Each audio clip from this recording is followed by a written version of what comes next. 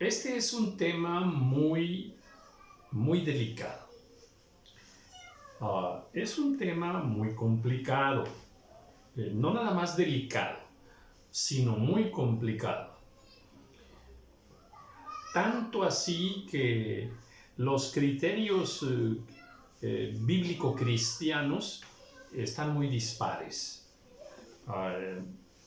En muchos asuntos de este tema, en muchos aspectos, los cristianos no se ponen de acuerdo. Tan complicado es así. Y digo que es muy delicado porque por todo lo que afecta, todo lo que trae de dolor, de afrenta, de vergüenza, de daño moral, de daño sentimental, en fin. Es extremadamente complicado. Se destruyen familias, se destruyen los hijos y en fin. Sí, toca muchas fibras de la vida humana, toca muchas fibras de las más sensibles, Y yo vine a esta reflexión, a tocar este tema, porque ahora que estoy enseñando sobre el libro de Juan, del Evangelio de Juan, al estar leyendo por ahí el pasaje de la mujer adúltera, pues salen muchas cosas. En verdad, cuando escudriñamos, así que verdaderamente queremos encontrar la verdad profunda de Dios, sí, salen muchos aspectos por ahí que en una lectura ligera, en una lectura normal, pues los pasamos por alto. Pero si queremos verdaderamente con lo que tenemos, ¿qué tenemos? La Biblia. Si queremos entender la perfecta voluntad de Dios en todos los temas, pero específicamente en este que quiero tratar, pues tenemos que ser muy serios, por un lado. Por otro lado, pues tenemos que ser muy bíblicos, porque muchos de estos asuntos entre el hombre y la mujer, la mayoría de las personas solamente habla por hablar, habla por su experiencia, habla por lo que cree justo, por lo que cree correcto. Otros más hablan con algunos argumentos bíblicos, pero déjeme ponerle, entre comillas, déjame ponerte a prueba un poco acerca de cómo anda tu conocimiento bíblico en este tema. Porque para poder hablar de un tema como este, discúlpame, pero si no tienes suficientes argumentos bíblicos, es mejor escuchar y ponerse a escudriñar en la Biblia para ir encontrando la veracidad o no de los argumentos que aquellos que nos atrevemos a tratar estos temas, pues nos arriesgamos, ¿verdad? Yo mismo en este momento me estoy arriesgando en este tema. Es más, te lo voy a dejar así de una vez. No pretendo con este tema dar la última palabra,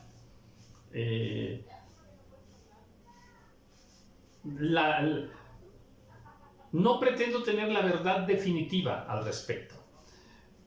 ¿Ok? Entonces, con todo respeto te digo, voy a tratar este tema, pero, déjame dejarlo así. Solo es mi opinión. O sea, te voy a dar muchos versículos, pero solo es mi opinión, ¿eh? Es mi opinión, así tómala. Y ya de ahí, pues tú puedes ver otros videos, otras enseñanzas, puedes ir a la escritura principalmente para que por ahí te formes un criterio, tu propio criterio, tu propia revelación. Bueno, este tema del que quiero compartir, pues es las relaciones entre hombre y mujer. Ay, Dios mío, qué complicadas son las relaciones entre un hombre y una mujer. Por naturaleza son complicadas, por naturaleza, ¿ok? Y si agregamos que aparte de eso,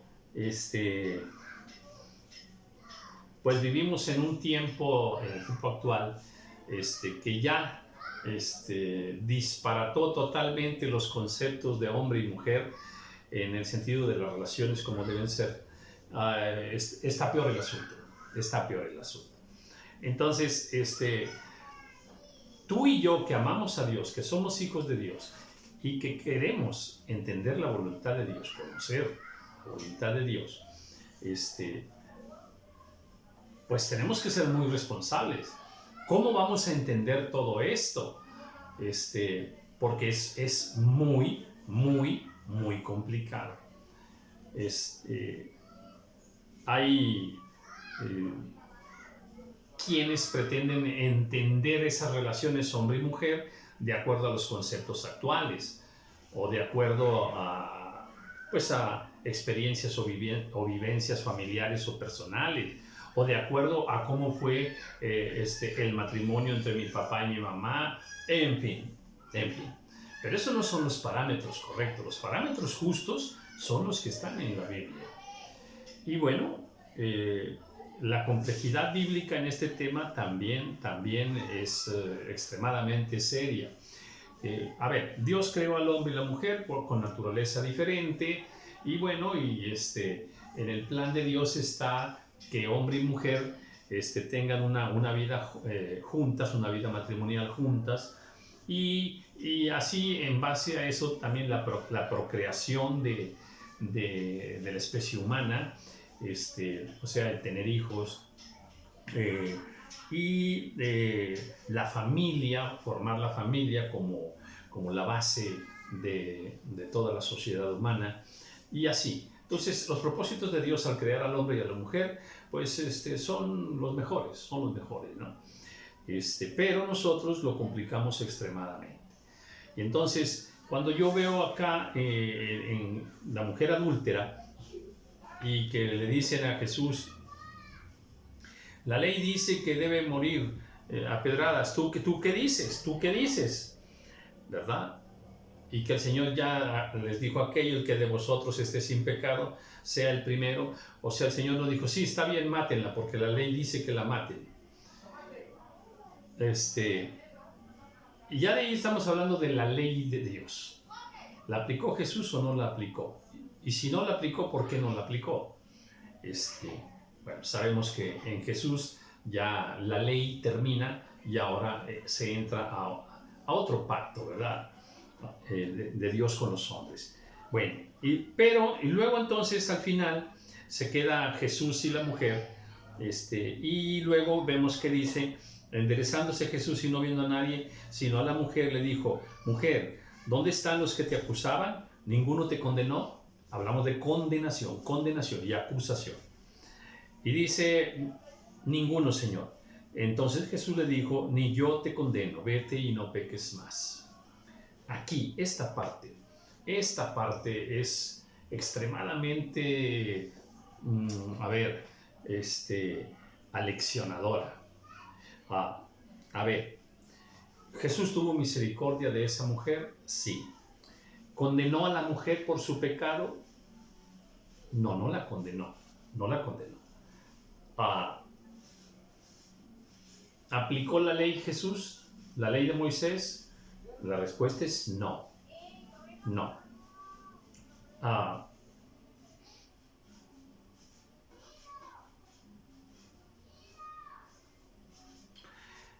a lo que quiero ir a llevarte a reflexionar es a lo siguiente.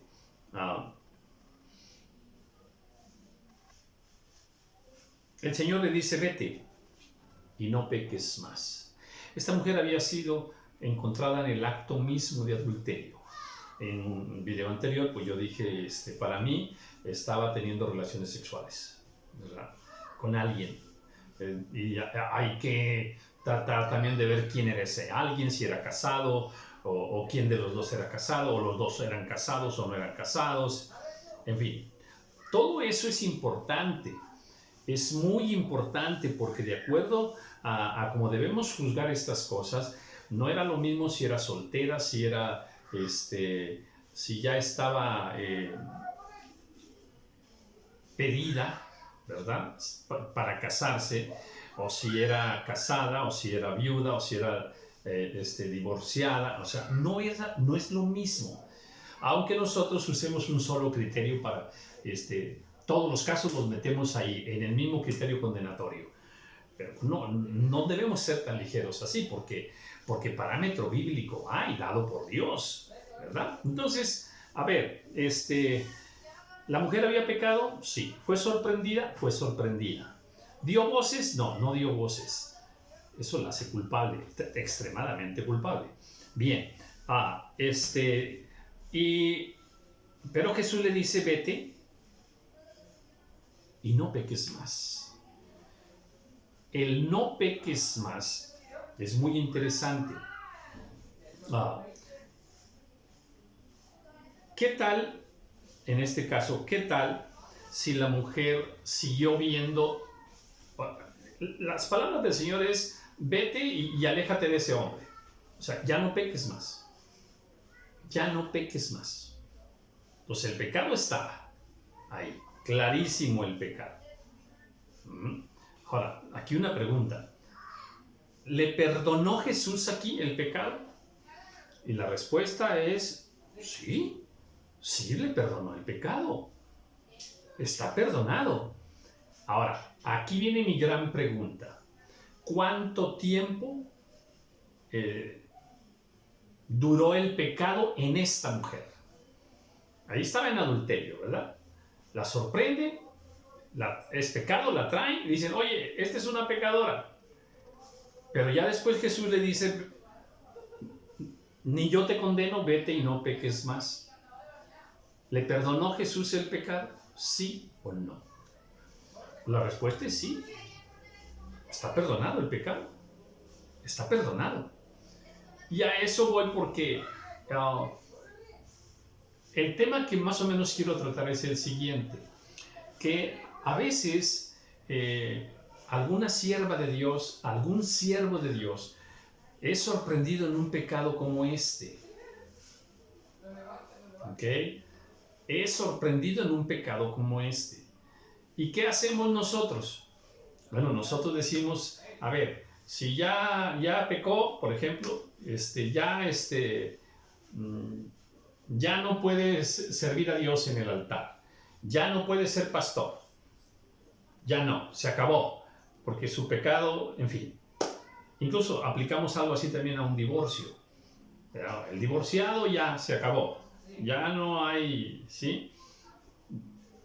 Ya casi decimos, ya ni que vaya a la iglesia, que suba al altar ya no puede ser pastor, y aplicamos un criterio así con un divorciado, o porque cayó en adulterio, ¿verdad? Cayó en un adulterio y le aplicamos lo mismo, una condenación eterna. O sea, para nosotros, a ver, si cayó en adulterio, ese pecado ya no se lo perdonamos. Y pasan 10 años, 20 años y no se lo perdonamos. O si se divorció, igualmente, ya no le perdonamos. Es un pecado divorciarse. Los hijos de Dios no se divorcian. Y ponemos versículos. Ahora, obvio que yo tengo también muchos versículos para tocar cada uno de estos temas. Si puede haber divorcio, si no puede haber divorcio, todo eso, ¿verdad? Ahora, pues en la Biblia encontramos qué pasa con el adulterio en general. ¿Qué pasa con la fornicación? ¿Qué pasa con una separación? Y también tenemos que aplicar el criterio correcto de que no es lo mismo antes de la ley de Moisés, que en la ley, ya una vez que se dio la ley de Moisés, y ahora que está invalidada la ley de Moisés para nosotros como hijos de Dios, ahora ¿cómo debemos nosotros juzgar estas cosas? Estos asuntos de que fornicó aquella señorita o fornicó aquella viuda, en fin. ¿Cómo debemos nosotros, qué criterio tenemos que aplicar en estos casos? Porque estos casos se dan a montones, se dan en nuestros hijos, en hijos de pastores, se dan en hermanos de la iglesia, se dan en personas que no conocen al Señor, se dan en nuestros familiares, se dan con tu papá, con tu mamá. Todas estas cosas ocurren porque las relaciones entre hombre y mujer son extremadamente complicadas. Pero ¿qué criterio vamos a usar nosotros? Por ejemplo, en una violación. Hay una violación. ¿Cómo la vamos nosotros a entender? ¿Qué es lo correcto? ¿Qué debe hacerse? ¿Quién tiene la culpa? En todos estos casos, ¿verdad? ¿Puede haber separación o no? ¿Cuándo puede haber divorcio o no? Obviamente que conozco quienes dicen, no, jamás puede haber divorcio. Yo sé que existe esa postura también. Y tienen sus argumentos y más. La postura mía, bueno, si quiere usted conocerla, vaya al video que subí, donde ahí le muestro muchos versículos, donde le enseño que Dios sí acepta el divorcio. Ahí búsquelo. Hay un tema que una vez subí y bueno, ya me andaba con ese tema, en serio. Subí el video, ahí está si quieres verlo. Se llama El matrimonio por la iglesia no existe. Eso es una mentira. No existe el matrimonio por la iglesia. Ahí lo subí. Tuve problemas en una iglesia también una vez por eso. Bueno, ahí está. Pero ahí están los argumentos bíblicos, si gusta verlo, ¿verdad? Entonces, a ver, hombre y mujer se enfrentan a muchas situaciones. Salomón con 700 esposas, 300 concubinas. ¿Cómo analizas eso a la luz de la palabra de Dios? ¿Cómo? ¿Pecado o no pecado? ¿Se arrepintió o no se arrepintió? O sea, todo eso, ¿dónde lo vamos a ubicar? Para poder nosotros tener una postura clara. Déjeme decírselo, se lo digo en humildad. Todos estos casos que voy a comentar rápido, no tengo confusión. O sea, en todos estos tengo una respuesta bíblica. Tengo una posición. Tengo un criterio para decir, en este caso se debe hacer esto, en este otro caso se debe hacer esto, en este otro caso se debe hacer esto, pero con argumentos bíblicos. A ver, le voy a mostrar más casos. ¿Se acuerda en el capítulo 19 del libro de Jueces? En el libro de Jueces, capítulo 19, ahí hay un levita que tenía una mujer, la mujer le fue infiel, la mujer se fue 4 meses a vivir con su papá, y luego este hombre fue y la buscó allá, en fin, va y la busca por ella. ¿Hizo bien el hombre en ir por ella o no? ¿Hizo bien o no hizo bien? ¿Eso agrada a Dios o no agrada a Dios? En un caso de ahora, que ocurra actualmente, ¿eso es lo que debe hacer un cristiano? Es que hay más cosas, muchas cosas que tenemos ahí como, pues, que necesitamos nosotros entenderlas bien para saber qué es lo que debemos hacer. Tenemos el caso del pueblo de Dios cuando tenía por ejemplo, tomó esposas de otros pueblos Y luego iban a ordenar ya su vida delante de Dios y mandaron a sus mujeres y a sus hijos, los mandaron para su pueblo. ¿Eso estuvo bien o estuvo mal? ¿Lo aprobó Dios o no lo aprobó Dios? Tenemos casos de incesto. Tenemos casos de incesto. La hija acostándose con el padre.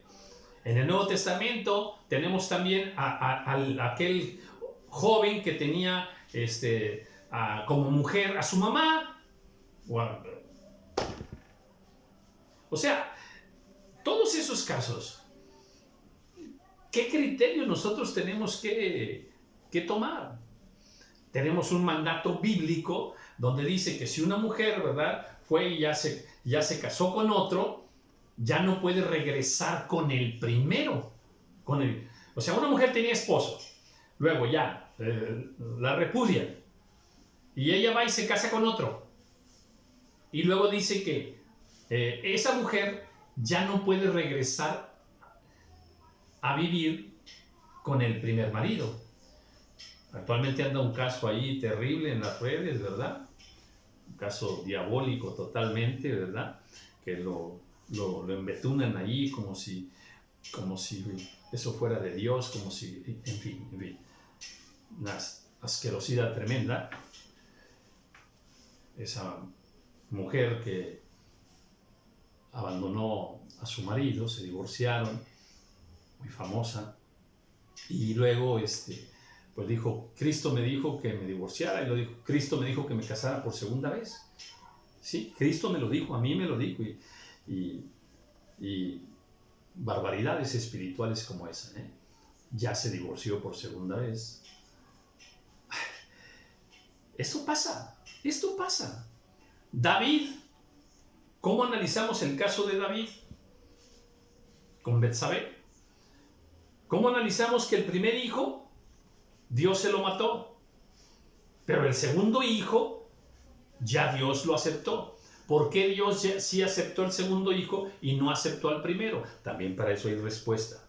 ¿Cómo vamos a entender las 8 esposas de David, las 2 mujeres de Moisés, las 3 mujeres o 3 esposas, 2 esposas, ¿verdad? Y la esclava de Abraham? Ahora, no obviamente que cuando un varón tiene una esposa y muere, bueno, puede tomar una segunda, desde luego que sí. Pero ¿qué pasa con los casos donde pues tenía 2 o 3 al mismo tiempo? ¿Cómo vas a revisar tú con quién tuvieron hijos, con quién se casaron los hijos de Adán y Eva?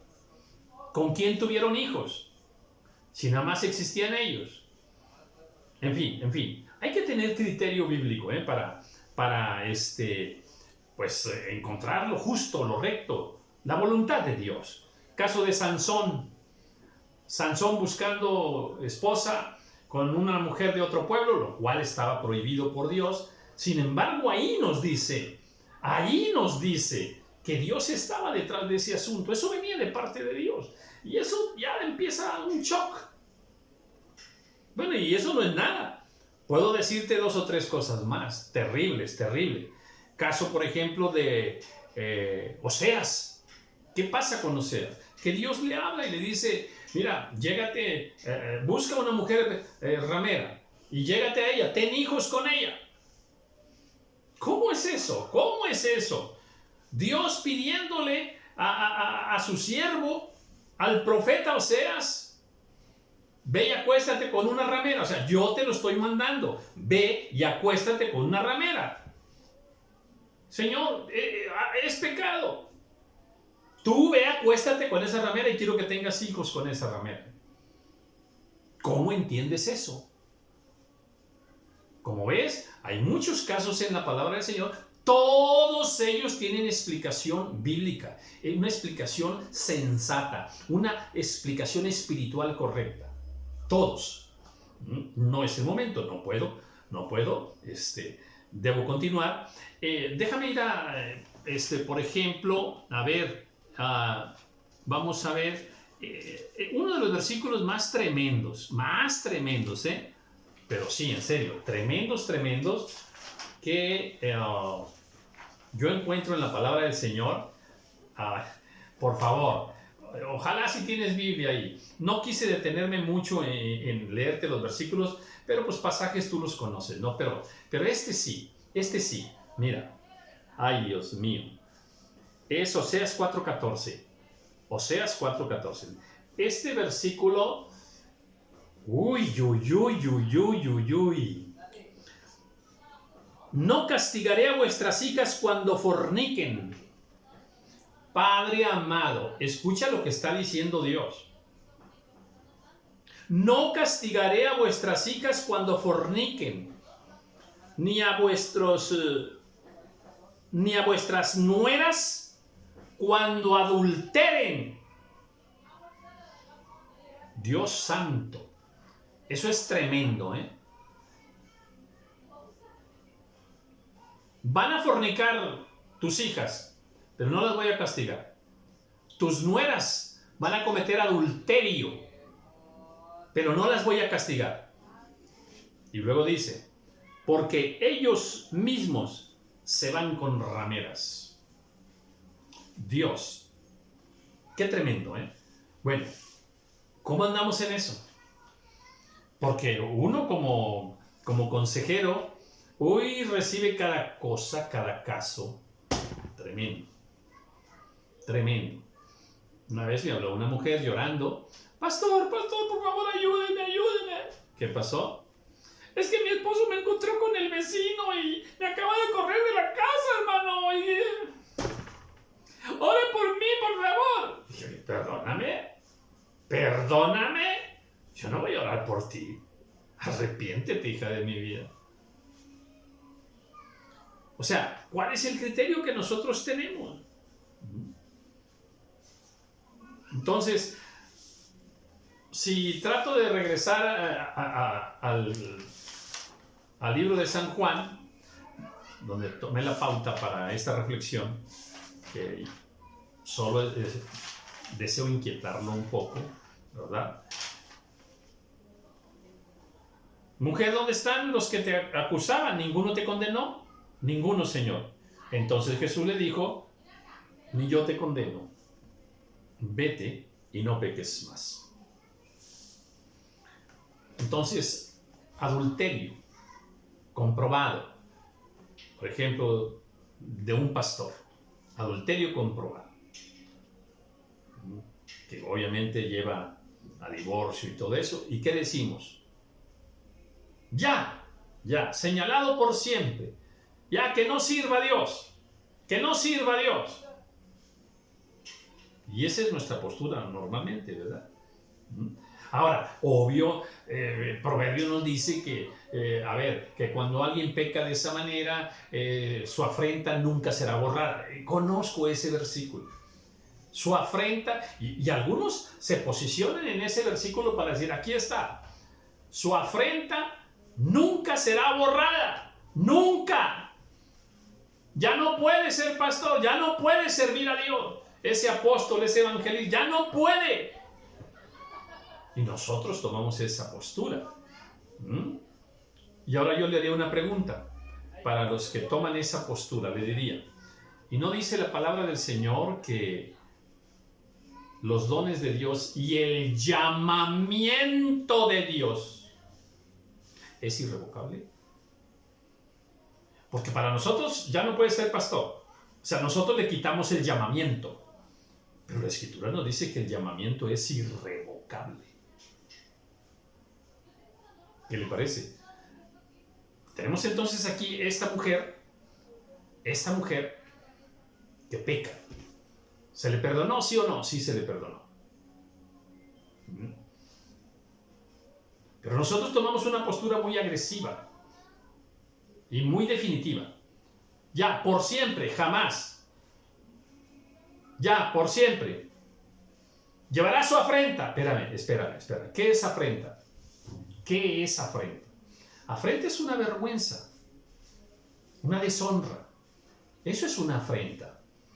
Pues claro que va a llevar una vergüenza por siempre, pero también alguien que comete un delito y cae preso en la cárcel, luego sale de la cárcel, igual, llevará una afrenta,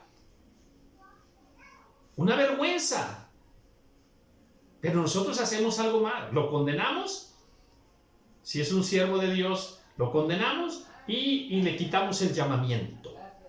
¿Qué te parece eso? ¿Y el arrepentimiento dónde quedó?